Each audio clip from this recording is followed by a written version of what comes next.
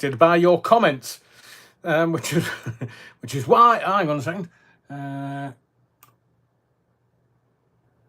I say, hang on. The moderator's comment. You're all making me laugh, which is very unfair, I have to say. Let's get back to the beginning. Oh, welcome, parishioners. Welcome to the body of the Kirk. Welcome to Wednesday's Simon. Yeah, utter wrongin'. This is live number 124. Well, I never. And it is the Wednesday sermon. Next live, of course, this coming Sunday, 8 p.m, live 125. Sounds like a fast train to me. Sunday, the 17th of November. And we will go to your comments, which have been making me laugh. You utter wrong'uns. Andy Turner said, right, you wrong'uns. What will the Rev be on about today? Press 1 for big ears, the crisp muncher. I prefer rug myself. Press 2 for Starmer the twat, technical term. Or 3 for your only here for the Rev's sex appeal. I will start 1, 2, and 3. Yeah, smooth talking bar, Stuart Andy. No, the cough hasn't gone. Mr. Billy, maybe 4. Archbishop, shameless behaviour.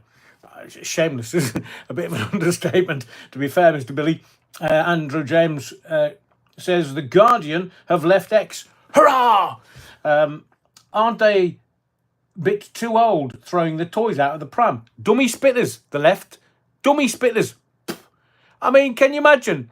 The press have actually edited themselves. And they've banned themselves from X. Oh, I say. Wasn't it The Guardian that said, sorry, these will come off, don't worry. Wasn't it The Guardian that said, the day after Donald Trump had been elected, I've got, what's his face, singing in my head now, Alice Cooper.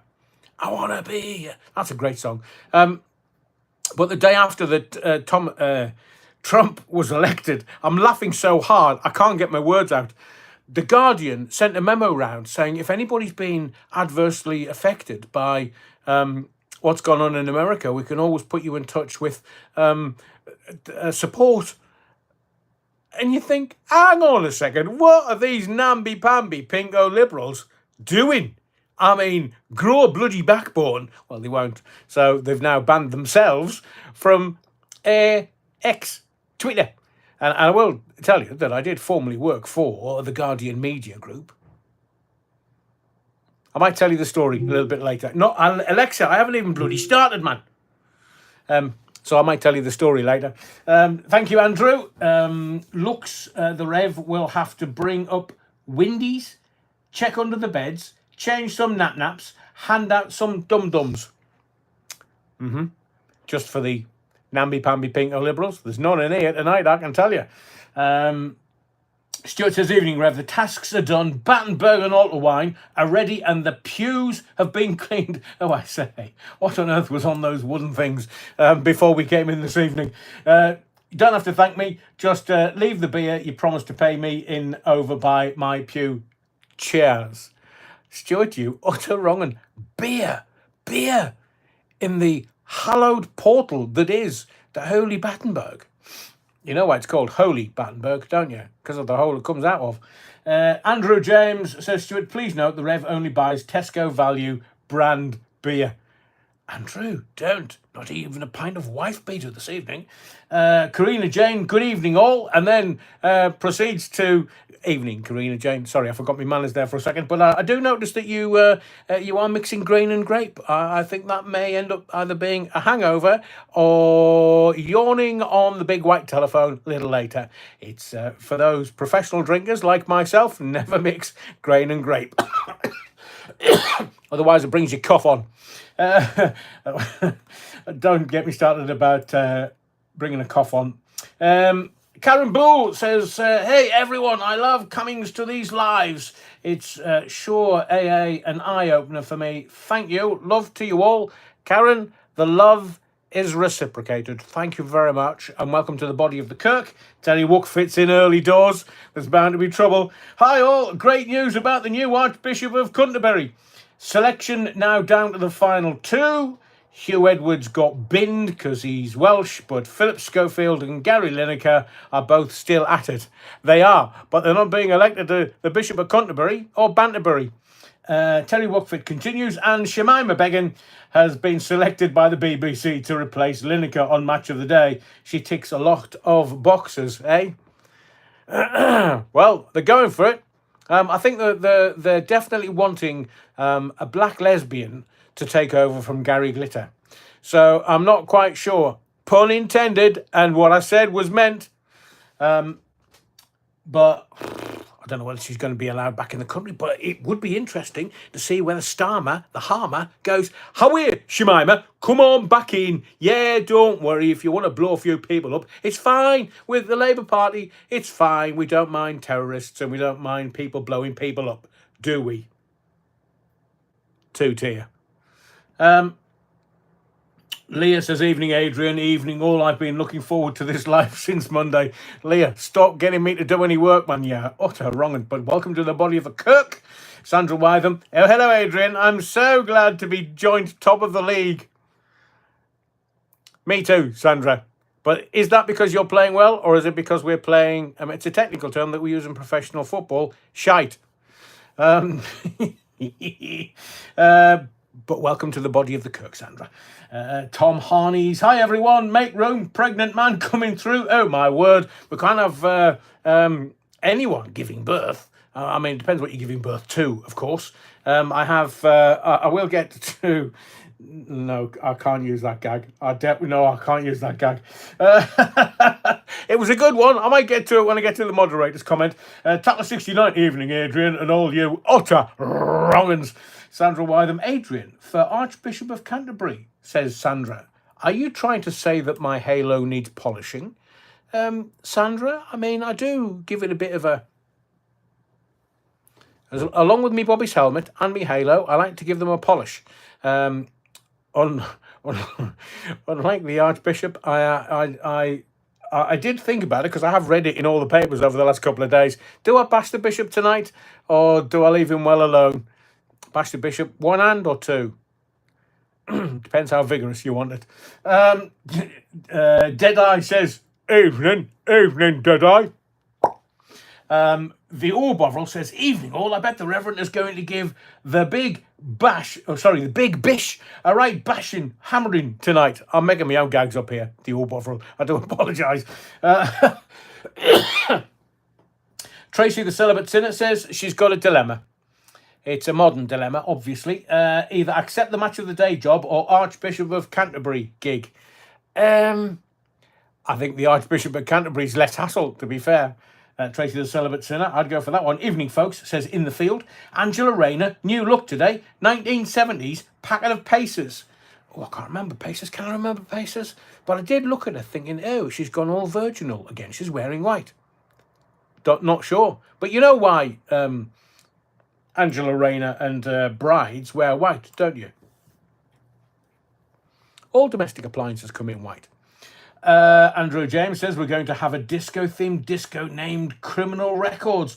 We will be playing records and CDs released by were criminals, or just plain wrong'uns. Blimey, we could have a fair few there. Talk 69 has supplied the party food.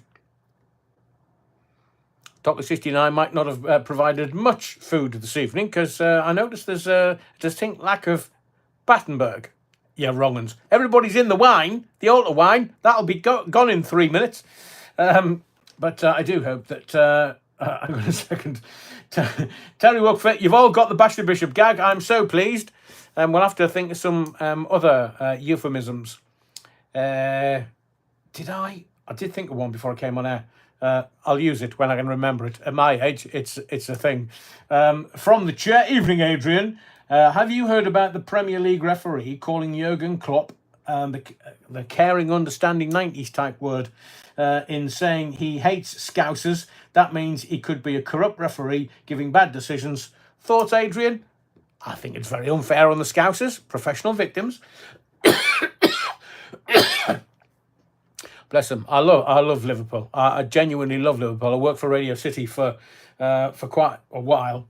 And loved working in the Stanley Street studios. Wonderful, wonderful, wonderful. Anyway, there's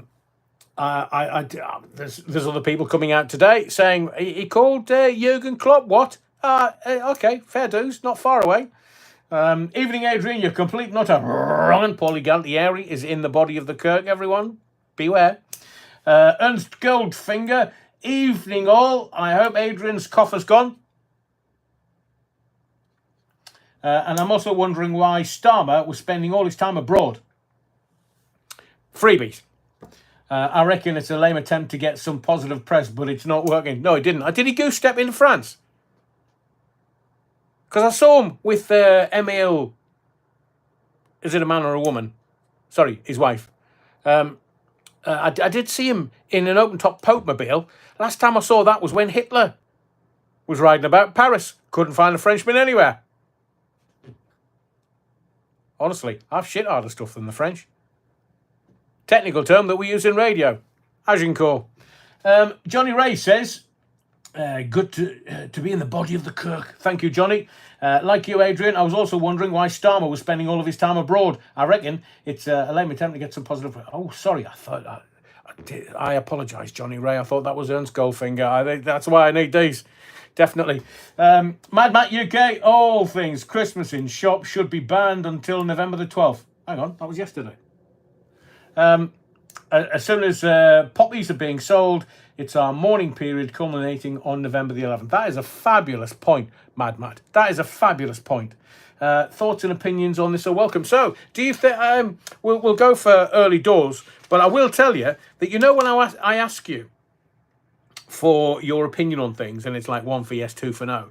When I ask you your opinion on that, I can see dozens and dozens and dozens of votes coming in. Yet YouTube somehow don't actually acknowledge them. Bar stewards. So I think it's the perfect timing. Not December the 1st. That could be for your Christmas tree when you want to get your magnificent erection up. This time of the year we can both bath the bishop, bash the bishop, and get your tree, your erection up in your living room. Honestly, we'll get arrested for this. But yeah, I'm with Mad Matt. November 12th, because November the 11th is Armistice Day. Moderator, attention parishioners, we have had a comment from the cleaners after someone left a Yule log in the bog after Sunday night's sermon on the Mount. Honestly, I swear, if anybody asks me, do I want a Yule log, I've never accepted that, ever. And some of my the current new Mrs. Allen, she did once, and I said, "You do know what you're asking me, don't you?" No. It was when I explained. The look on her face, it went green and then ashen. I've never ever gotten away with. Why do they call it the Yule log? Is it the sprouts? Why? I mean, I know we're quaint and English and a bit eccentric, but why on earth would you... and when do you have your Yule log? Is it after the Queen's speech? Decorum, after all. Napoleon blown apart, I'm with you, Mad Matt UK. Yeah, everybody's with Mad Matt, I think. Johnny Ray, Starmer seems to care more about other countries than he does about the UK. Of course he does. He's corrupt. All that stuff. Have you noticed how he's never given anything back? And have you noticed how they've not done anything about him getting 100 grand's worth of freebies? Oh, it's just football tickets, man. Yeah. Starmer the Harmer, give me a freebie. I call that bribery and corruption myself in my house. But, you can call it whatever you want. Sunflower, good evening. Sunflower, been a long time. Thank you very much. Good evening to yourself. Peter Sadler, evening, Adrian and chat. Evening, Peter. Welcome to the body of the Kirk. Tracy the celibate sinner. If it's yellow, let it mellow. If it's brown, flush it down. Your Yule log yellow. Jesus, go and see a doctor. I think would take you down to A&E, to be fair. Johnny Ray, Starman. Oh, I've done that one. English bottle cap, 321 says 321 says Dusty Bin. That I was going to talk about favourite catchphrases. It was in the paper, I think, at the weekend. I was going to do it on Sunday, didn't, and I So really, I should have done my research for tonight. Maybe we'll do that one on Sunday. But thank you, Amalia Grassi. How much have I missed? The best bits, Amalia. Welcome to the body of the Kirk, as ever. Even Stephen, evening, Adrian, and all. I'm not going to start bashing the bishop. Are you going to wait until after the live? Even Stephen, me too. The Jacobite. Hi, Adrian. Auditioning for Pontons again? Yeah. Hang on, Pontons. This is not. This is. Can I hang on a second? Can you see this? Just a little clue to let you know. I've actually been to Davos. You know, WEF. Yeah, that Davos. I went to the hockey game. Gosh, I love a bit of hockey. I once went to a fight and a hockey game broke out. Brilliant. I love a bit of violence. Genuinely, I'm looking forward to Tyson and Jake Paul. Jake Paul's going to take a massive battering in the ring. Yeah, I mean, we'll talk about it. We will talk about it. I'll give you the running order in just a moment after I've welcomed everybody. Lauren Taylor, and in a word or two, not a chance to Tracy the Celibate Sinner. Oh, I'm not quite sure what she said again. She's probably kicking off. Jackie Glasgow, good evening for another night of intrigue and things that make you go, I mean, I might make that a daily regular, to be fair. I did one yesterday, and I noticed how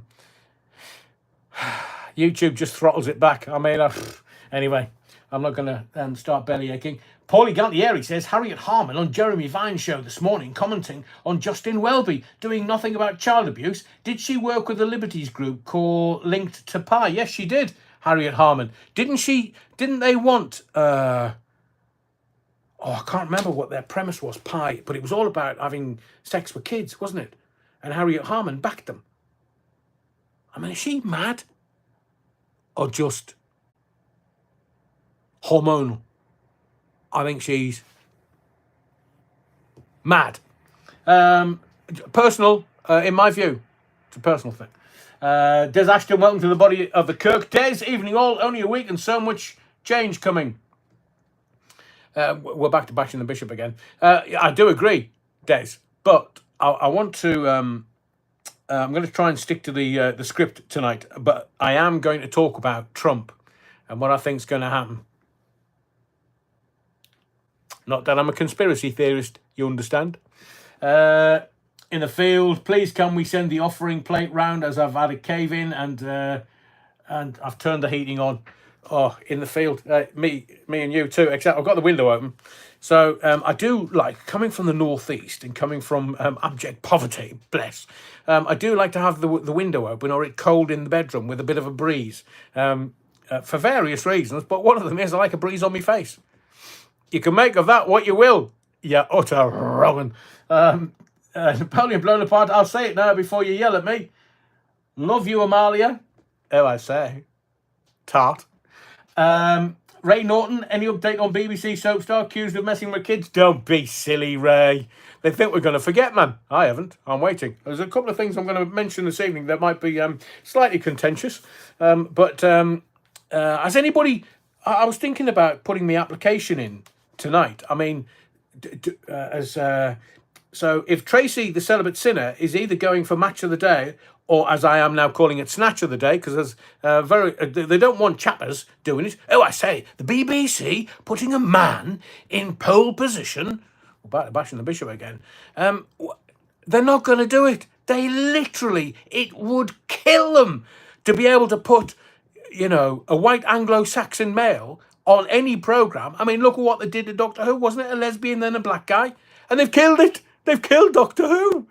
I mean, they haven't, because Disney part own it now, and Disney will do whatever they want. But Disney's going down the pan. So go woke, go broke. That's the BBC and Disney.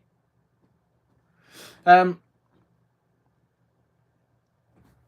a couple more, and then I'm getting stuck into stuff, because we've got a lot to get through tonight. Louise Hampson, evening all. Evening, Louise. Welcome to the body of the Kirk.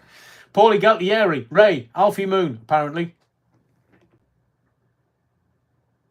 Really? Paulie, what's your sauce? You're wrong. And I'm not talking ketchup either. Stuart, I promise I won't pour any beer into your hibiscus.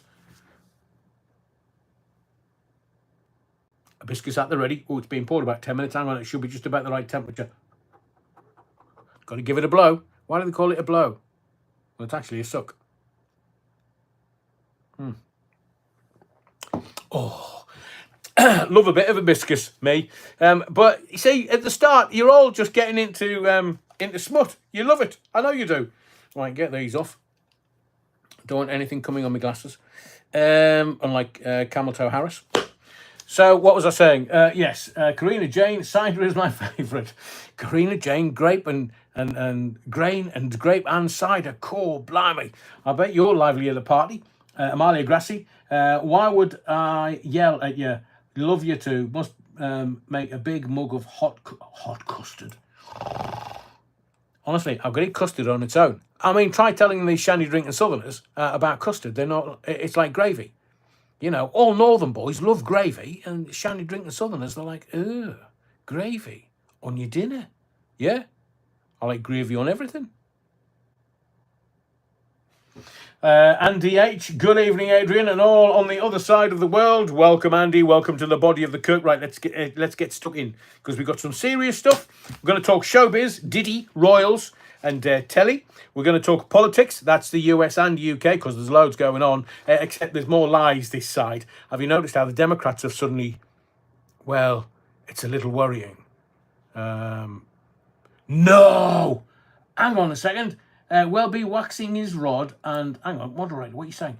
And his mighty staff. Nothing better than getting your mighty staff out. Leeds just said, video released of David Coote snorting coke. That's why. Who's released it? What's the source, Leeds? My missus wants to know what hibiscus you drink. The one out of Costco, Des. They get the hibiscus, what's it called? I think it's a Costco own brand thing, but it's the best hibiscus that I've ever tasted. So that's why I think 10 bags, somebody might get the wrong idea about that, but 10 bags gets me through a year-ish, and I've got the 60 in a bag, and I've got a couple of bags left to get me through to January. They get them in January, and they're gone within a few days at my Costco. Thieving tarts. Oi, oi, oi. Lead says, oh, Sky Sports News, the Scum newspaper. Interesting. Well, people were asking about David Coote, and he looked weird when he was saying this video can't go out anywhere. So he's been done for being on the sniff. Wow. People in Europe think us Brits are weird for putting milk on our cereal. They put fruit juice on their cereal. Ugh. Ugh. Can you imagine orange on your cornflakes? Moderator, Coote video clip on X. I will. Oh, brilliant. So, you know, that's why they've gotten rid of him, because he's been on the sniff. He's been found out. And it's a bit like John Leslie. John Leslie was innocent. Wholly innocent. But it was like a media witch hunt. Until it showed him doing some recreational.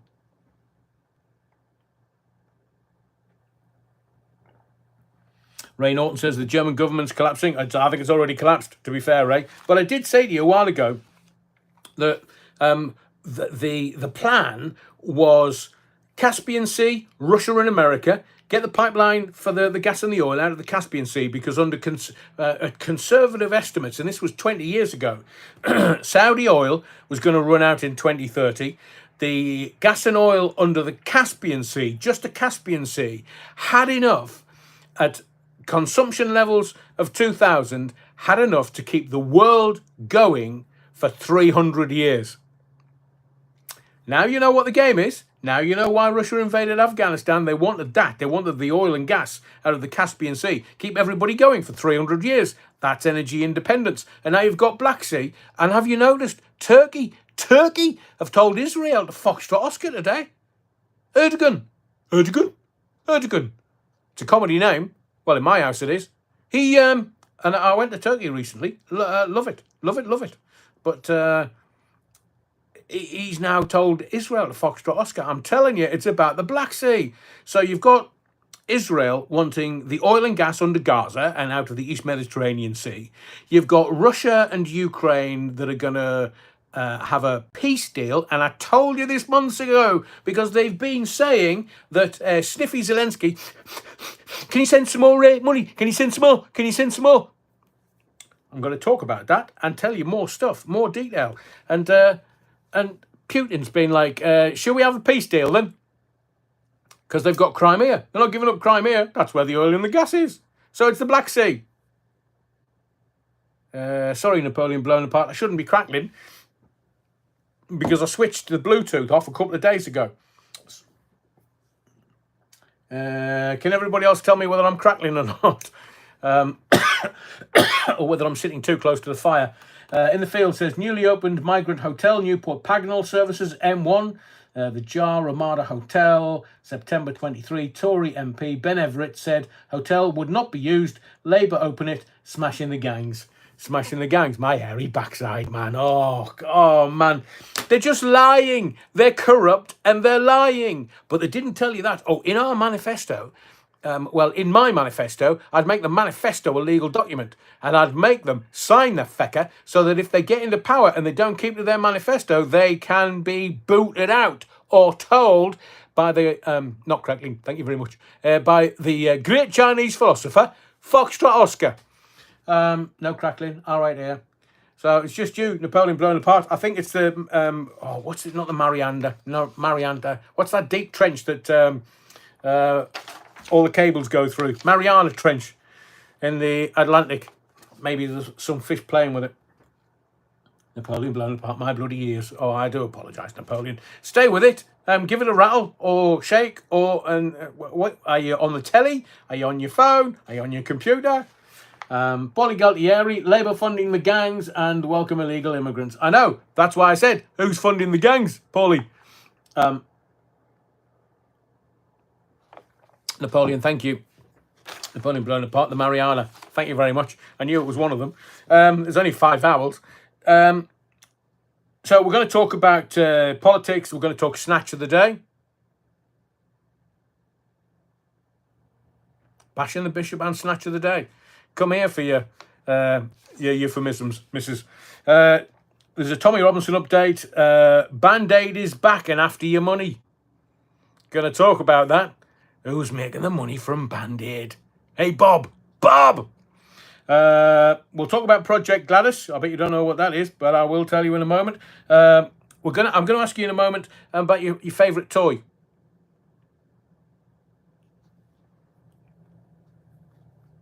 None from Ann Summers before you kick off. It is Christmas after all. And we'll talk about 1984, the Thought Police and the Ministry of Propaganda. So we'll do about that, and we'll talk about Starmer COP29. So lots to get through tonight, with a bit of cheeky and irreverence because I think it needs it. So firstly, Alex Jones, InfoWars being shut down today, or is it grifting? Or is it just, we've had loads of donations, we can keep it going. I wonder if Elon's going to give him $1 billion to pay his lawfare off. And I did think about what was going on today, and I just thought, it's not the end of the world. It's the end of the illusion. And I was talking about, a few months ago, I was talking about your humanity and where we had to get to in amongst all the bits and pieces. I saw a bit of Alex Jones earlier on a live, and he was talking about the humanity. Now, I know Alex has been monitoring what I do for 20 years. Or somebody in his team has, because they used to go onto adrianallen.com and work out what we were doing. But I think when Alex had his court case, the Sandy Hook court case, he had 1.3 million in the bank. Nice money. But he's controlled opposition now. So I just thought I'd let you know that today might be the final day for InfoWars. They're going to sell all the bits and pieces off. There's an auction going. I wonder who will buy the stuff. It's a blind auction, so nobody knows. And the people holding the auction won't tell them what the best bid was. They're just going to get the bid that they're going to get. Tom Harney's the beginning of the end, or the end of the beginning. Might be the beginning of the end if we're bashing the bishop. The Bad Wolf Project bought some aftershave and boots, and the lady working there told me my card had been cologned.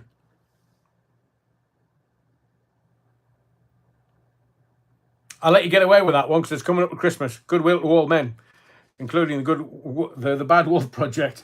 Hang on, what she said now. The real deal, Pennine Counties.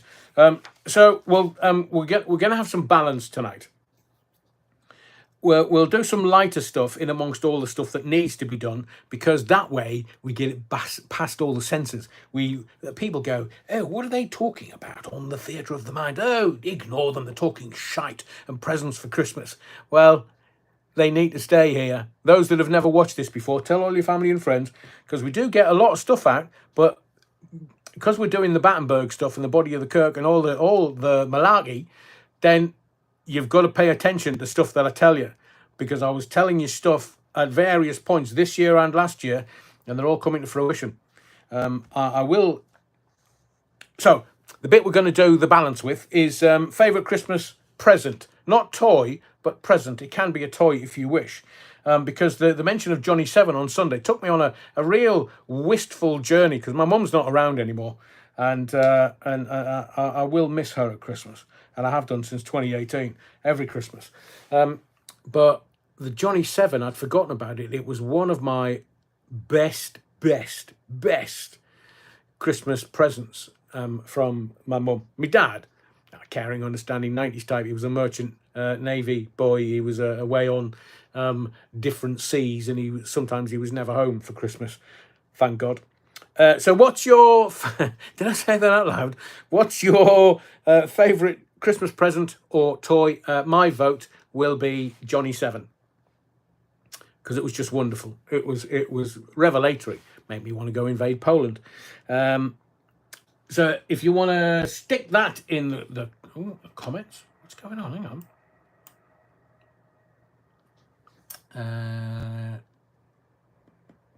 That's brilliant. Tracy the Celibate Sinner to the Bad Wolf Project. If your ice is too soggy, try putting it in a bag of mobile phones overnight. PT Ham, you missed the best bits, man. Sorry I'm late, Adrian. Hi, Adrian. Move up. Let PT Ham in the pews. Ray Norton never had a Johnny 7, but had a party 7. Bad hangover the next morning. That is proper funny, Ray. In the field, Rubik's Cube solution book. Ooh. I gave up on the Rubik's Cube because there was like people who could sort the Rubik's Cube in a millisecond, and I'd be sitting there with it 3 hours later going, how does this work then? So I don't know, maybe it's my my lack of intellectual grasp. Amalia Grassi, I'll never forget the watch I got. It's all down at the timing, Amalia. The Bovril, a billiards table. Oh, get your sphericals out on that one, the Bovril. Tonka dumper truck, 1984, Paulie Gallieri. That's too cool. Kaz987, I would not be offended with cash. Me neither. Andrew James, Christopher Cross tickets. Christopher Cross, some of Christopher Cross's songs were just, I mean, it was of a time, but they were songs of such outstanding natural beauty. Christopher Cross, Arthur's Theme, Sailing. Oh, Sailing. What a tune that was. But he's still making music. He's just not, not on the charts, as the kids say anymore. But I'm jealous. An interchangeable Merkin says Cuban Pete. Muggy tart. Eagle Eyes Action Man. Oh, in the field. Eagle Eyes Action Man. They kind of darted left and right, didn't they? Meccano, Richard Austin, Lauren Taylor, a big doll, 1960. Mam had knit a load of clothes for it, still got it. The doll, not the mam. Lauren, funny, but I wish your mum was still around.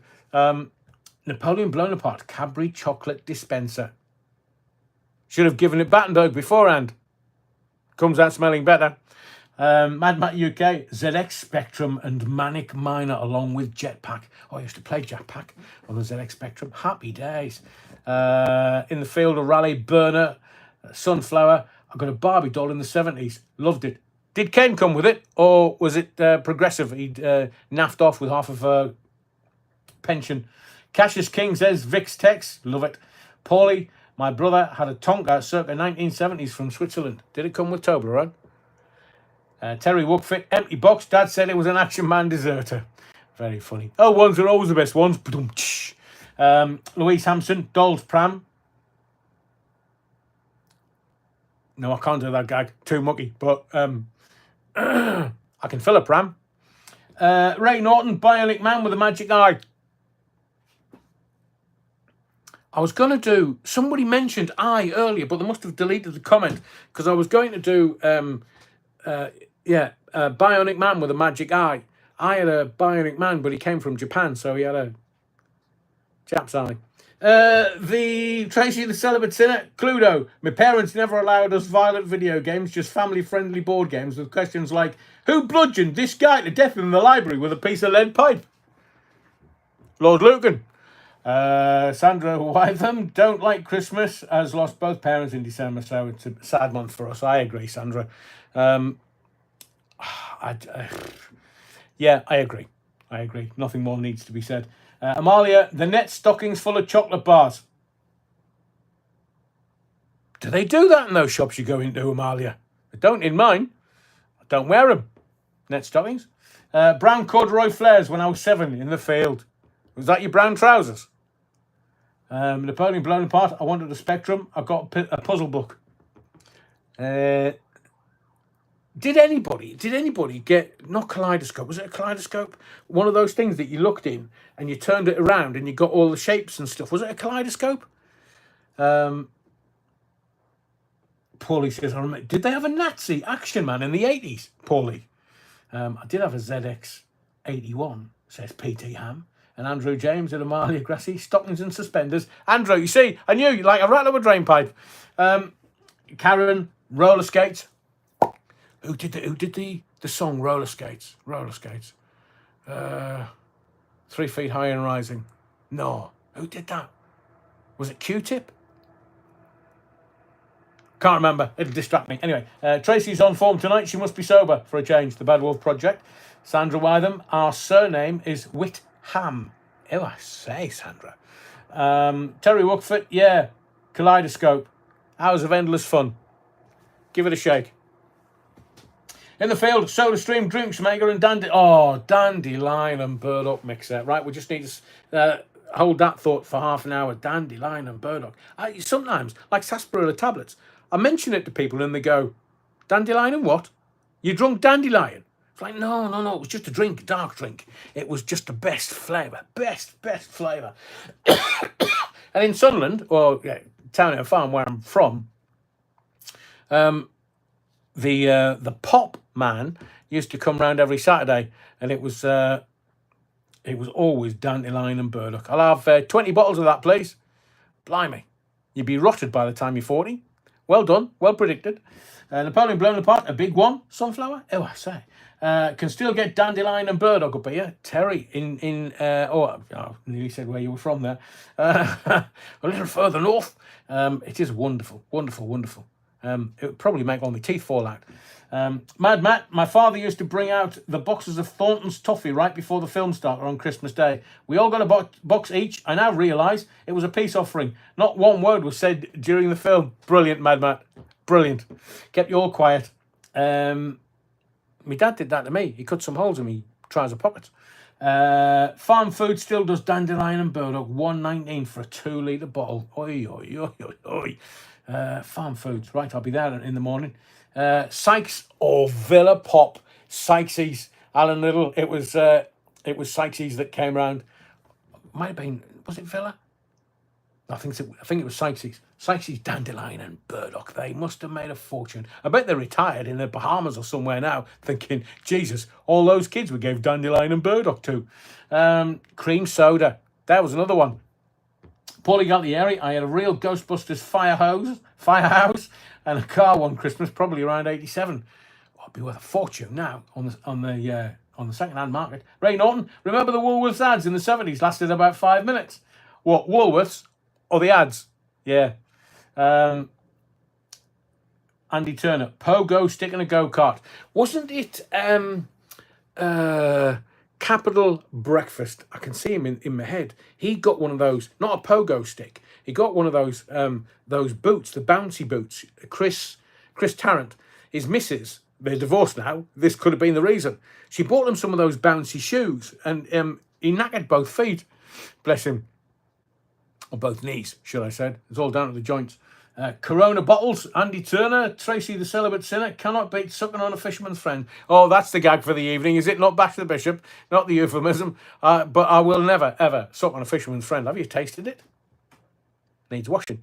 Amalia Grassi, oh, I've made my custard so thick. Is it a full moon tonight? You're making more gags than me. Thank you, Amalia. In the field, transistor radio and a 9-volt battery for licking. Oh, yeah, me too. No, well, not your battery, obviously, in the field. But some fabulous toys there. Space hoppers. Oh, they were naff. But then the adult version came out. You know the adult version? Didn't Katie Price have an adult space hopper with the thing? It didn't have 2 horns to hold on. It had, or it might have done, but it had an extra bit. Family show, so I shan't go into it, otherwise they'll never let me back on again. Lemonade Shandy, though, thought we were drinking beer. Richard Austin, I agree. Tracy the Celibate Sinner, Cresta Pop, Cream Soda, Lush. I'll be right there, Amalia, Napoleon blown apart. It's a long swim, Napoleon blown apart from where you are. Ray Norton in the field, those batteries on your tongue. Yeah, why did we torture each other when we were kids? We'd find out. It was like Chinese burns. Have you ever done that? The Chinese burn thing. Why did we torture ourselves when we were kids? It was funny, though. Absolutely funny. Like I say, we used to play ejector seat, where somebody would lie on their back on the ground and then put their feet on. Then you would put your bum on their feet and they would just propel you into the air. If you broke your legs or your arms or your back or your neck, well, it didn't really matter. You were just having fun. Can you imagine health and safety nowadays? Top deck. Ooh. Baby shame. Baby shame? Baby sham. You're wrong. I loved Space Hubbard. Sarsaparilla Pop. Sarsaparilla tablets, Nuki brand. Even better. Last longer. Right, we're going to leave that to one side because I kind of get your level. I want to do some other things. You might not have noticed that there's 115 post offices in danger, thousands of jobs in danger, and these corrupt idiots are still in the inquiry. What are they shoveling? Under the carpet. Never mind sweeping it, shoveling. So they're sneaking that out so they don't, no payouts, evidently. And the inquiry's still ongoing. And I don't know whether what day is it today? It was so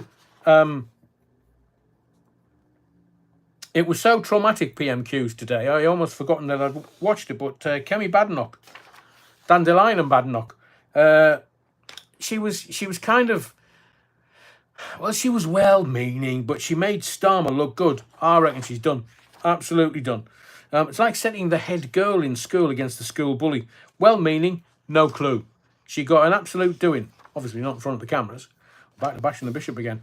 Have you noticed that Australia are now banning children from social media under 16? I didn't realise there was such a thing. I didn't realise that kids were on social media under 16. Or did they sneak that one out under the... I mean, the worst that... I don't know whether you agree with this or not, but the worst that I did was listen to the radio under my bed sheets. Lights out, and listening to Alan Robson's phone-in. James Whale and then Alan Robson's phone-in. I was always knackered, and they couldn't work out why I couldn't concentrate at school. But, you know, banning social media for kids under 16 in Australia. As Lucinda Ahern says, we will be your only source of truth. How evil she. Radio Luxembourg, I know, fading in and out.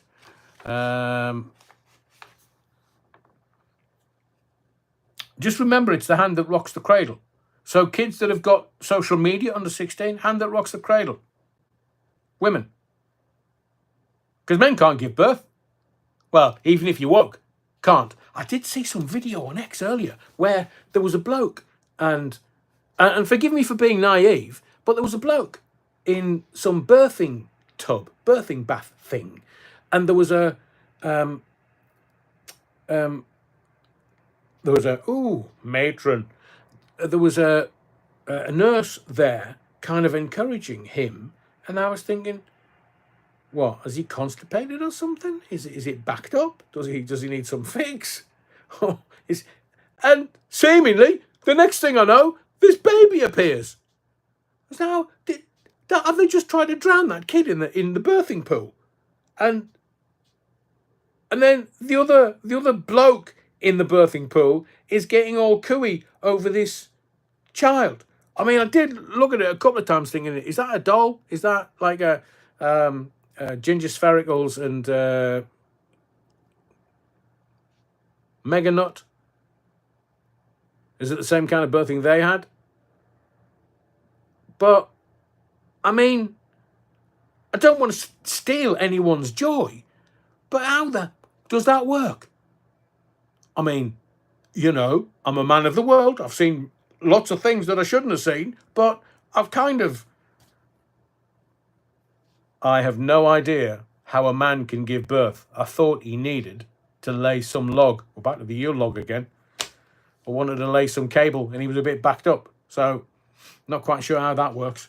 Was it Barack and Michelle? No, Pete, it wasn't. They just normally buy them. Or they purloin them from somebody else. Haven't the kids left the Obamas? You don't see the girls anymore now that they've left office. Stuart, Yule log, it was a fair one. In the field...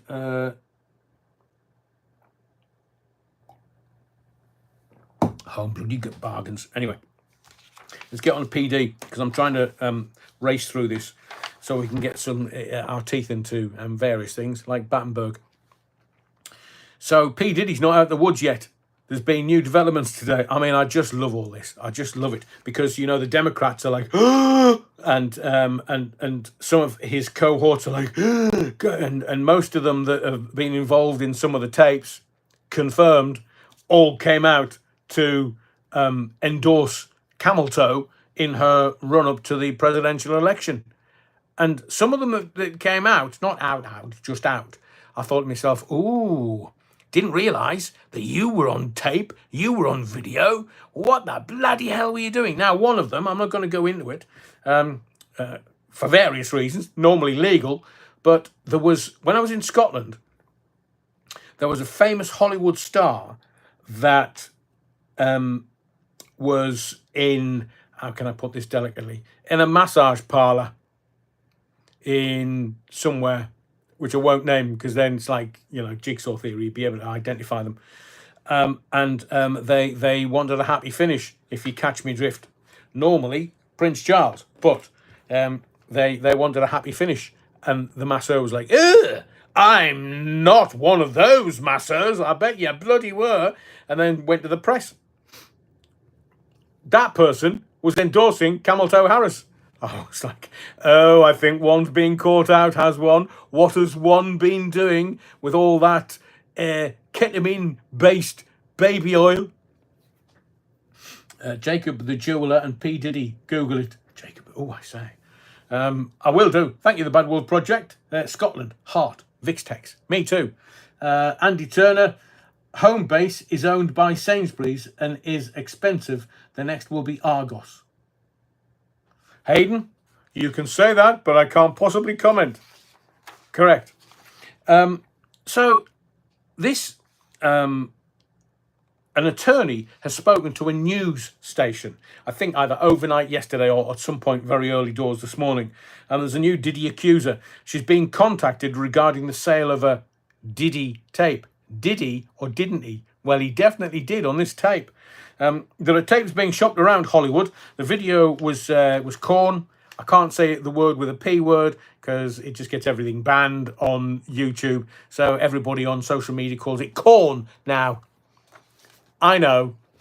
And it was in Diddy's Atlanta home because he's got a few places. Can you not remember? I told you months ago that he legged it. He got on a private jet and legged it out of the States. He went to some island somewhere and everybody was like, hang on, what's he doing? Looks guilty to me. By his actions. That's what they were saying, not me personally. But he he legged it, and then it's obviously, hello, lads. No, I'm not coming back. Stuff you. Off you go. Foxtrot Oscar, I'm not coming back. Can I have a deal? Yeah, I'll tell you, everybody. So is P. Diddy grassing, so to speak? Is he grassing on everybody else? I've told you, celebrity's done. It's finished, over. Especially Hollywood. Hollywood's over. The rap industry, the music industry, done, finished, gone. They can Foxtrot Oscar because we've worked them out. And there's tapes. Seemingly, a very famous person had certain tapes that they were flogging around Hollywood, and one of the tapes was bought for 75 million. I bet it was. But this individual on the tape can't say any more than that for legal reasons. They're not looking at the camera, according to this attorney. They don't even know that they're being filmed. Oops! What? So, seemingly the client was graped. Take the G away. Again, counter code. Can't use the right word. Give us a clue, says Adam Well. J-Lo.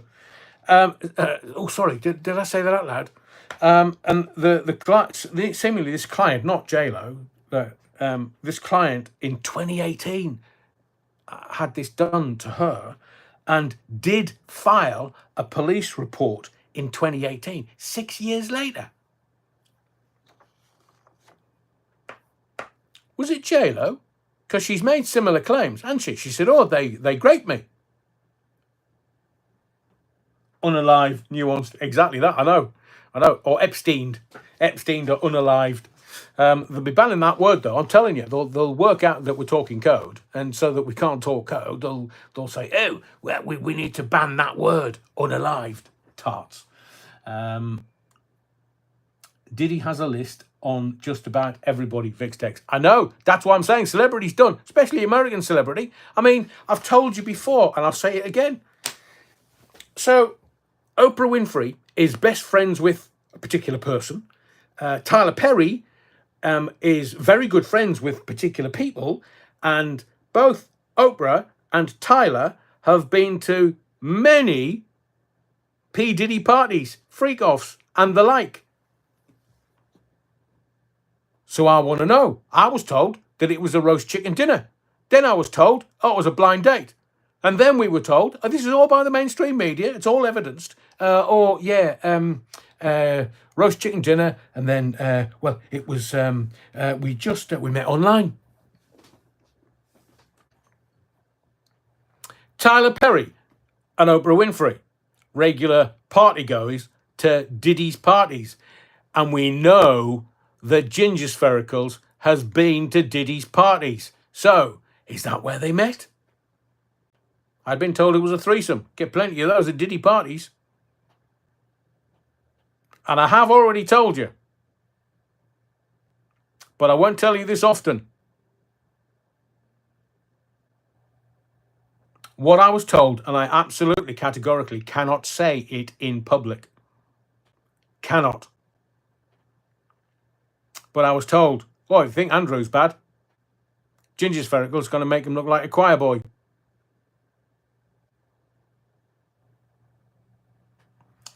Stuart, Harry said in the Netflix documentary that he saw a picture of her on Instagram with a Snapchat filter.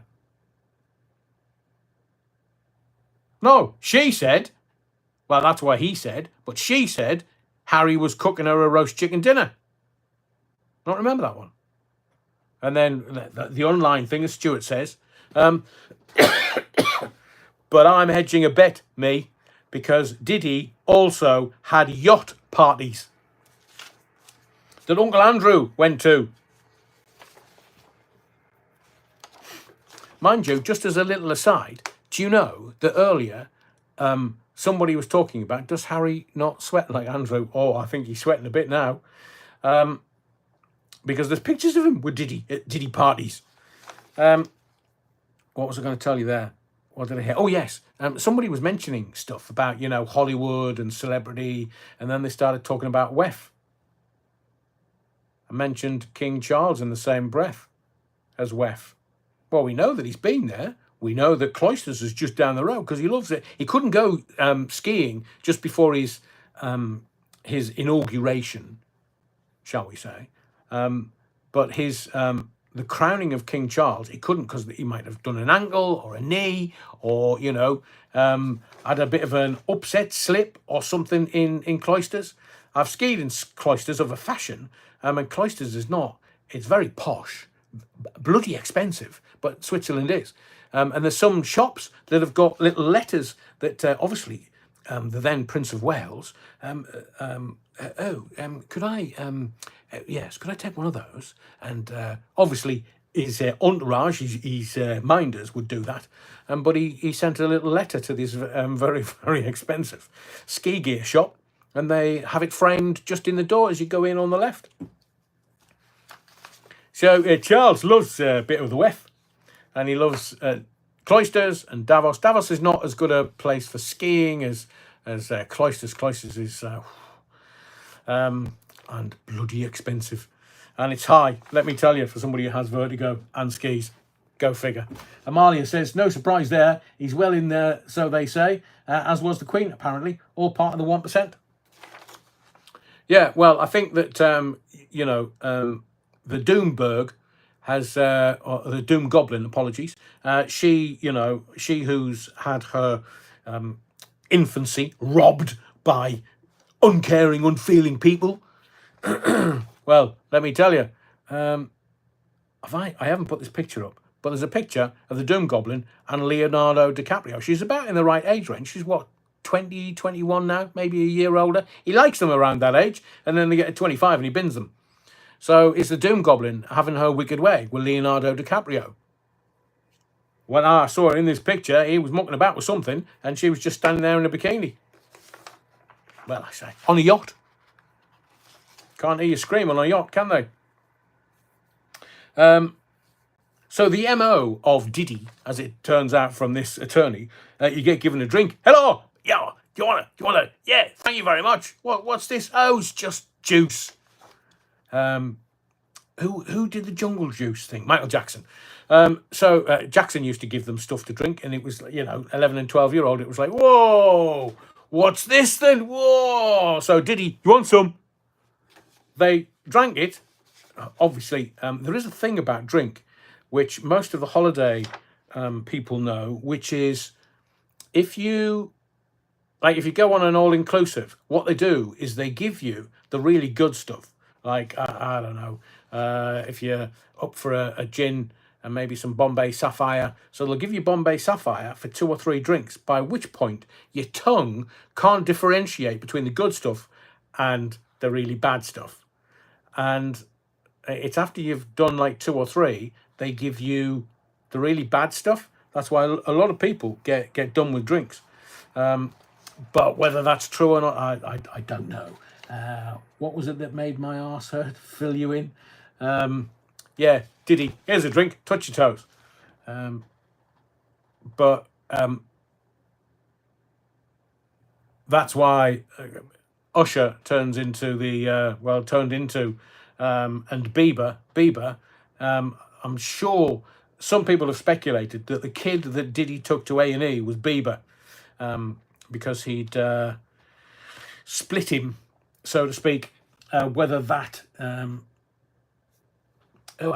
Bad Wolf Project, roast chicken dinner, is slang for spit roast. Like I say, makes Andrew look like a choir boy. Ray Norton, did she say, how very dare you? No, I think her mouth was full at the time. Andy Turner will hear Diddy will be found dead soon. I know, but he hasn't put the tapes out there. And he did. There is a recording of him saying, get rid of the pizza boxes. But you know what pizza is? It's kind of code for kids. Get rid of the pizza boxes. What are they? I thought it was... hot dog was male and what was female, but pizza was a code. Do you not know about Pizzagate? Got to be careful on here. But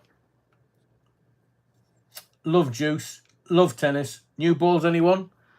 Especially if they've been swinging. Alan, antifreeze. I know. Doom Goblin gives a good blah, blah, blah, blah, blah, blah, blah. What can I say? You're leading me astray. You can say that in the field, but I can't possibly comment. Skills. Adrenochrome, Ray Norton. Yeah, could be. Terry Wookfit, because they can hear you scream on a yacht. Ask the crew of the Lady Ghislaine.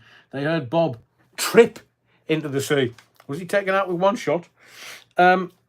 So the MO is you served a drink, and then, as this victim says, started feeling a bit woozy. And then there was a bit of SA. Thank you. I don't know what you think I just said there.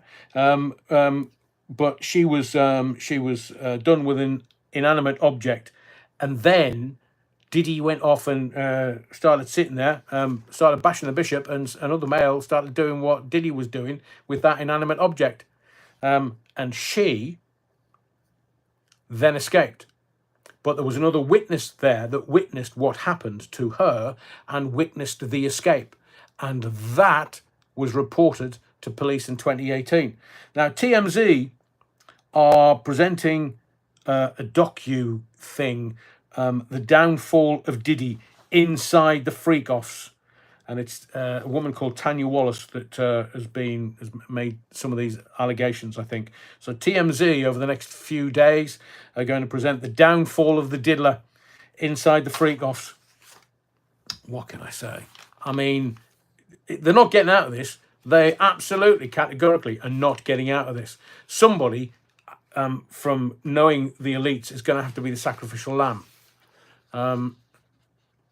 And they were talking about, somebody else was talking about going into a freak-off and was looking at this pile of bodies that were just, getting stuck into stuff. And said, oh, I think, are they midgets? Not quite sure what the technical term is nowadays. Or are they children? And they were trying to hide what they were doing. So whatever they were doing, this person that was at the freak-offs thought they were midgets, and then thought, oh, hang on a second, they're not, they're children. So it's all going to come out. Talking of which, I'm not quite sure what is. I'm not politically correct, so I don't really care. It's all language. And I remember going on a not a blind date. We'd been kind of talking for a while.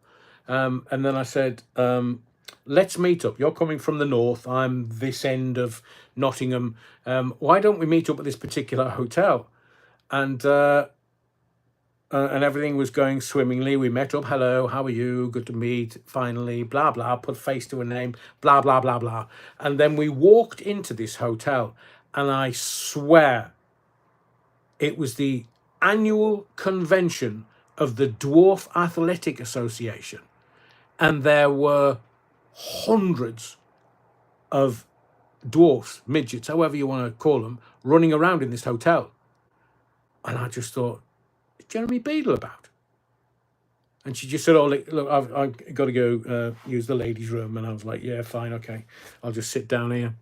And I won't go any further into the detail, but that time early doors when we had mobile phones and we just found out that we could send texts. I had me emergency, and I said to my mate, look, if it's no, then I'll send you a text. Send me a text back saying there's an emergency at home and I've got to leave her and got to go back home. And I was laughing so hard at this annual convention of the Dwarf Athletic Association. It's a real thing. You can Google it. It is a real thing. And I sent the text to her, not him. She's in the ladies' room. She comes back and goes, oh, I've got a text from you. I said, no, you haven't. She said, oh, yes, I have. I spent 3 hours begging for my life. But I knew it was downhill from the minute I went in, and there was hundreds of look, if they're as I say, that's what they call themselves. So I'm just repeating what the big banner across the inner door was, the annual convention of the Dwarf Athletic Association. Terry Wookford says, I crashed into the back of a car once. The driver got out. He was a dwarf. Came up to me and said, I'm not happy. I said, which one are you then? Malia Grassi, forgive me. I was just the picture he painted there for a second.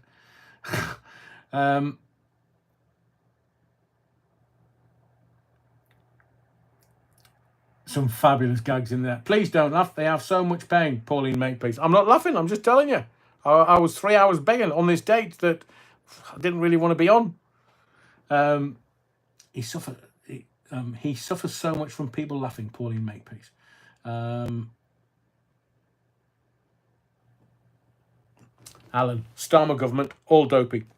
Let's get on to Friday, the 15th. Now, I am excited by this simply because Mike Tyson.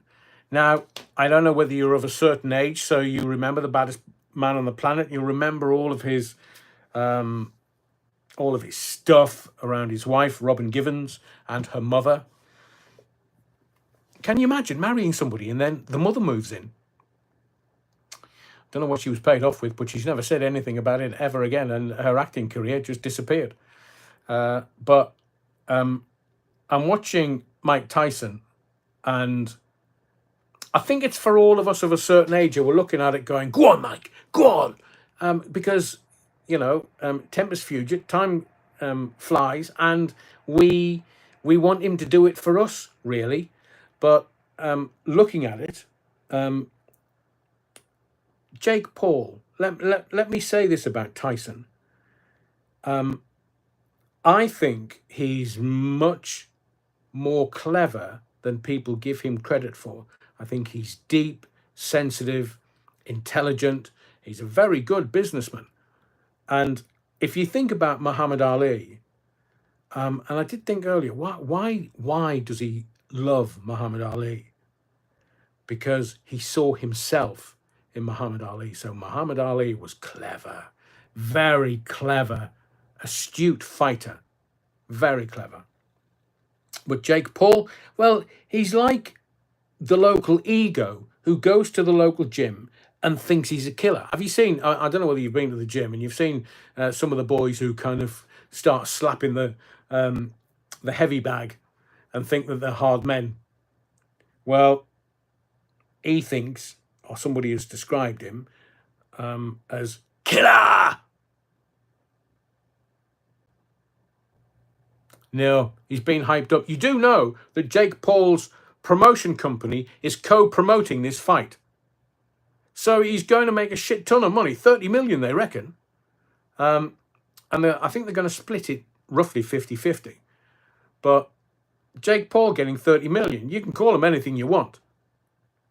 But at the point where he gets in the ring and looks across, and you've got Mike Tyson, a natural-born killer. He goes into jail. And all of a sudden, he's the daddy. He had a boxing match against a really feared gangster from the streets of New York and gave him a beating. He fears no one. He might be 58-year-old, but he fears no one. And Jake Paul is going to take a battering in the ring. I mean, it's absolutely pointless growing a beard. It's not going to protect his chin. I just keep looking at him, and his body language says he's shitting himself. His whole demeanor is saying that he's shitting himself. And Mike Tyson is sitting there, calm as you like. Doesn't flinch. He knows. He knows if he connects one punch, they say the power is the last thing to go. Your speed, well, that's going to diminish with age. And all that Jake Paul's got is he's got his speed, he's got his youth, and that's it. Is he going to get on his bike? Is he going to try and wear... It's 8 rounds, 8 two-minute rounds. They're wearing 16-ounce gloves. Not even... Or are they doing 14-ounce? Now, I know that you normally fight with 12-ounce because they're much lighter. 16-ounce are sparring gloves. 14-ounce, man, it's only 2 ounces, but still, and it is a sanctioned bout. So it's not for a belt or anything, but I mean, Jake Paul bought. He's got the ref. Yeah. Reflexes and stamina disappear with age. They do in the field, but honestly, if he gets a clump from Tyson, he's going to know it. And Roy Jones Jr., who fought him a few months ago, and he wasn't even in this kind of shape. Roy Jones Jr. says he can still dig a bit. It's Mike Tyson. He can still dig a bit. But Jake Paul bought Iron Mike a pigeon. And this is what makes me think that people don't give the credit that is due to Mike Tyson. He's sharp, he's intelligent, and he's a businessman. And he just turned around and said, "Oh, I'll feed that to me hawk." I mean, the look on Jake Paul's face, he completely blindsided him. Was it Tyson trainer said today? Mignano added that Tyson would have been happy to use 12-ounce or 10-ounce gloves, and it doesn't make a difference to him. No, he's just going to steamroller it. Now, if he can, people are saying that a deal's been done that he can't knock Jake Paul out in round 1 or 2. It's got to go to at least the 4th or 5th round. But by the time you get to that, honestly, it's on Netflix, so I'm going to watch it. I don't care what time it's on. It's probably going to be 3, 4 o'clock in the morning here. 8 p.m. Eastern time. That's when the card starts. That's not when the fight's going to be on live. Stuart says, notice anytime someone gets in a fight, people say, you look like you've done 10 rounds with Mike Tyson. Well,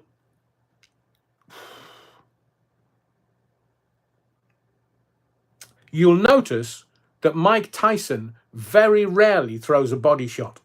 Doesn't need to, just goes for the head, just steamrollers them. And if you look at Frank Bruno was a specimen. I mean, carved by the gods. He gave his best against Tyson, and he was considering the amount of knockouts that Bruno had, it was a fairly tasty fighter, in my view. And there are others, but Jake Paul isn't a boxer. The minute he comes up against a half-decent boxer, Fury, he got done. So Tyson has all the muscle memory. He has all the ability, all the skills, and he's been in with some proper sorts. He's been in with people that can dig and dig proper. So he's just gonna, I don't know whether Jake Paul's gonna get on his bike, but Mike Tyson has seen himself in Muhammad Ali. I believe he's a great man. I believe he's a great, deep thinker. And you can tell by how he treats his wife. All right, the first couple might not have been great, but this wife that he's with now, I believe him to be a completely different man. Completely different.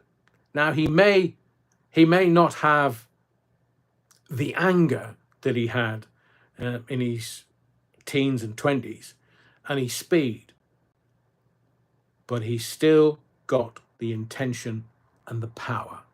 And watching his pad work, ooh, the precision of that.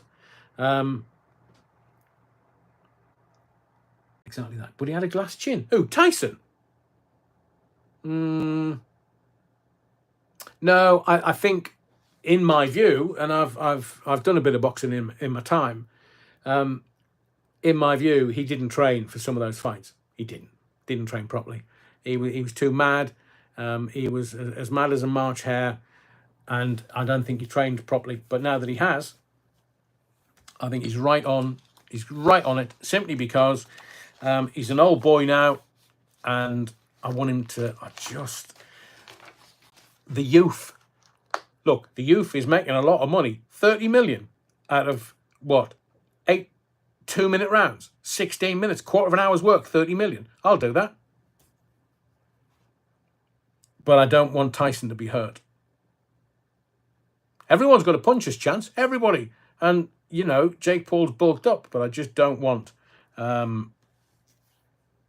don't want Tyson to get hurt as an older guy. Did you notice, we'll kind of veer off the sport thing and get a little weightier and heavier. Did you notice that Starmer mentioned Southport at PMQs today. Why do you think that is? Now, we can't talk about the case per se because we have to allow the process of the legal process to its fullest. But why on earth would Starmer, because anybody mentioning the word Southport was banged in jail, so why would he mention it today at PMQs? Have you heard about the children getting detention for wearing the British Legion poppy? You see, this is where America's got it right, or rather Trump's got it right.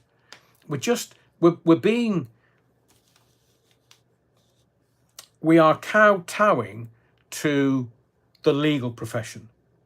We are being told by health and safety, time and motion, the legal industry, because, the legal industry has just legalized extortion. Oh, you can't do that. Oh, you can't do that. Oh, you can't do that.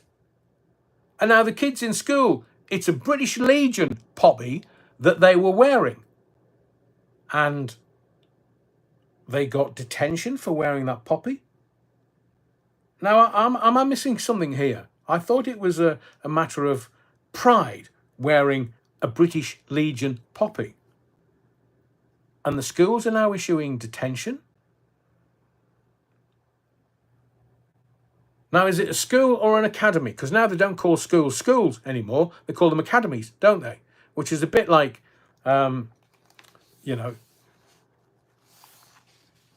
Chinese Communist Party possibly ruling them.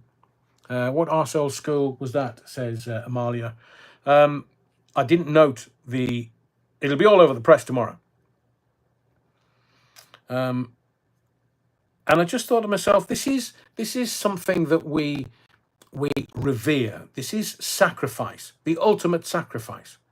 And it's the British Legion poppy campaign is about buying your poppy, wearing it proudly, and acknowledging those that went before us that gave the ultimate sacrifice. And some academy, I reckon, I'll guarantee you it's not a school, it'll be an academy. So it's national pride versus the communist left. And why are we kowtowing to health and safety and the legal profession? Can't wear that. I'll tell you what, mate, Foxtrot Oscar, I'm going to wear it. But these kids in school, as a matter of pride, they may have had family that died in the Great War or the Second World War. They're killing off our heritage. They are saying that we as a tribe, we as a nation, whether it's England or Great Britain or the United Kingdom, which includes Northern Ireland, all of those that gave the ultimate sacrifice in a theatre of war, we can't remember them by just simply wearing the poppy. And don't get me started on a white poppy. I've said this to you before last week. You can't have white poppies because they're red, and white signifies cowardice. But there are people who, I'll wear me white poppy because I prefer wearing a white poppy. You king coward. Those people in the trenches in the Great War, those people that gave the sacrifice in the Second War, there was no, yes, we had Daring Do and we had comics with great stories coming back of the wars. Some of it propaganda, I will readily admit that. But at the same time, a lot of young people went into these theatres. They were scared shitless. They didn't want to do it, but some did. And a lot gave their lives for our ability to have these lives on a Wednesday and a Sunday, and for us to interact freely and get round some of the conditions that some place on us, and to revere them and remember them. There's 365 days in the year. Just allow us one to remember our fallen in a way that generations have done over the last 100 years. And then some idiots are saying, right, you've got detention, you can't wear that. It might upset someone. No. These teachers, when they whine and complain that they get 6 months off a year for the summer holidays, and then they do bugger all in school, and they allow this woke misery to be injected into our kids, injected into our young, and injected into our school, and they turn round and go, oh, well, just whiny, spineless, scum-sucking pond life. You see, if you're in it and you allow it, you back it. So it must be tomorrow. It must be all over the press tomorrow, because it came via me online today. And you just think, our kids just want to love and be loved. And showing respect to those that went before us. And some scum-sucking pond life. And the school goes, right, you got detention for wearing that. I would have shoved it up their arse. I'd rather be hung for a sheep than a lamb. I was horrible at school. Horrible. Because I was taught by idiots. Marley says, I've been meaning to find out, is there a last day you should wear a poppy after the 11th? Personal preference. But judging by what's going on with the woke, the left, the namby-pamby pinko liberals, you're just going to get it tight for wearing it. I know some lads, some ex-forces lads who wear it for weeks, if not months afterwards. But it's a sign of respect. Excuse me. Oh, I needed that. Let's get a snatch of the day, because it kind of follows on. I mean, we've had Gary Lineker for 25 years. Bless him, he could get away with anything, and he was making his political noises online and was getting away with it. So it was called Match of the Day, and now Chappers, that's Mark Chapman, seemingly they've got 6 females, they've got a few females, that want the lead presenter role on Match of the Day.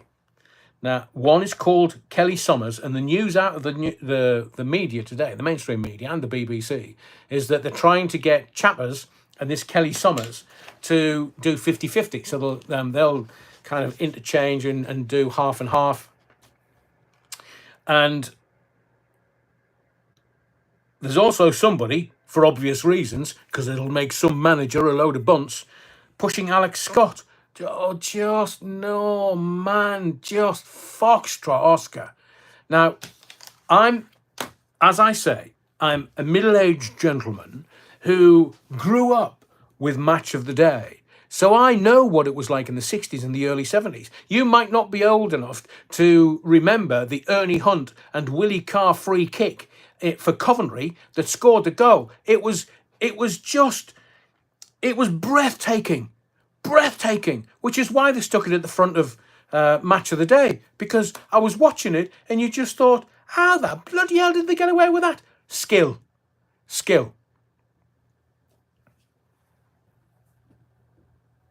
Ray Norton, I'll watch it if it's 2 women doing 50-50. You'd be that lucky, Ray. It won't be. And I just thought of the BBC wanting to kill off Match of the Day. Hiring women to be the lead presenter. Snatch of the Day. Moderator saying, can we all hit the thumbs up, please, and show your love for the channel? Thank you very much. Yeah, we've 200 people watching. 75 likes. Ooh, tough audience tonight.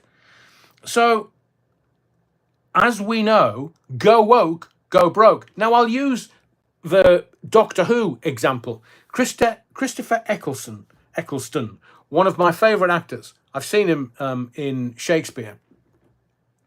And he's just a superb actor. Superb. And he revitalizes Doctor Who with little Billy Piper. Everybody loved it. And then he just, oh, no, I'm away, lads. I'll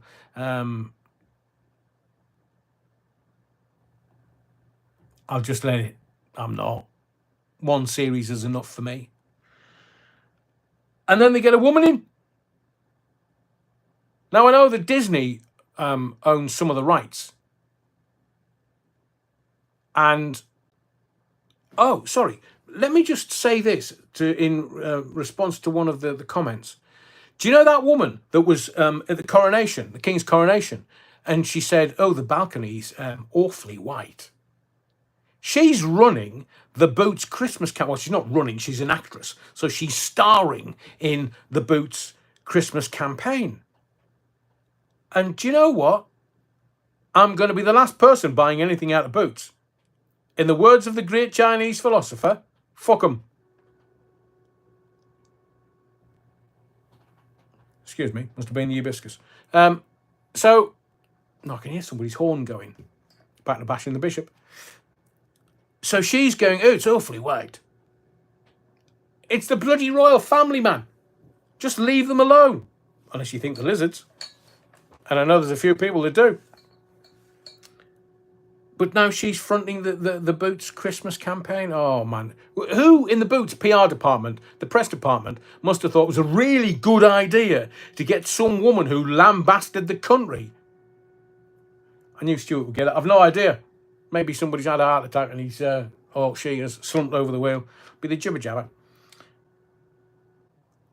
Do you know, Stuart, you mention it and, oh, the bat again. I wonder if she wishes for a white Christmas. I very much doubt it, Alan. Amalia. Alan says, Adrian would look good in boots. Yomp in boots, not high heels. I know she ticks every box. Well, most of them. Is she lesbian? Double bubble for boots, if she is.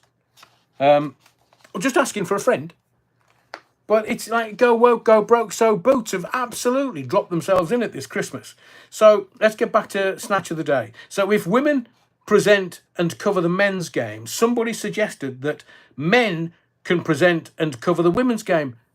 Who would want to do that? Have you seen women playing football? Now, without being disrespectful, it's shite. I mean, it's just... A friend of mine who goes, his team, look, my team's Sunderland. Nothing I can do about that. You don't choose your football team. Ask Sandra. You can't choose your football team. It's just where you are, where you're born. That's your town. That's your football club. If you're from a place that doesn't really have a big football club, then like the shandy drinkers who want to be Manchester United supporters or Liverpool supporters, then let the kids do whatever they want. I've told you before. My nephew, who is now a strapping 10 foot tall and 20 foot wide. He's a big old unit. He started off being a Newcastle United supporter. And I just thought, hang on. So I took him to one side. I was gentle and said, you can pack your bags. What do you mean, Uncle Adrian? Well, this is a Sunderland family. We don't have any Newcastle United supporters in this family. So pack your bags. He was only 4 at the time. But it's serious stuff in the Northeast. I'm telling you, serious stuff. There are families that are divided. If you're a Newcastle fan or a Sunderland fan, that starts fights. But he's a Sunderland fan now. Him and his mother are season ticket holders, and he loves Sunderland a bit. Ray Norton, that is a great point. How many Christmas adverts is Father Christmas in this year? I mean, originally, Father Christmas, our Father Christmas, not Kris Kringle, our Father Christmas, wore a green suit. It only became red when Coca-Cola got involved and thought, oh, well, if we make it red, subliminal messaging, everybody will want to drink Coca-Cola. Bad Wolf Project. When did Xmas become a statement? Started with convict passport at Tesco, trans for Johns Lewis, and now Boots have a black Santa. Go woke, go broke. I'm not going to Boots. Stuff them. I'm really not interested. I don't know how they're going to get away with it. People are going to boycott it. What was that? Super Ted, man. Says, sorry for being late, Adrian. Just got back from the Sunderland Empire watching Warhorse. Then went for a nose bag. Nice. I hear it's very good. Is that the one from the West End? I heard it was very nice.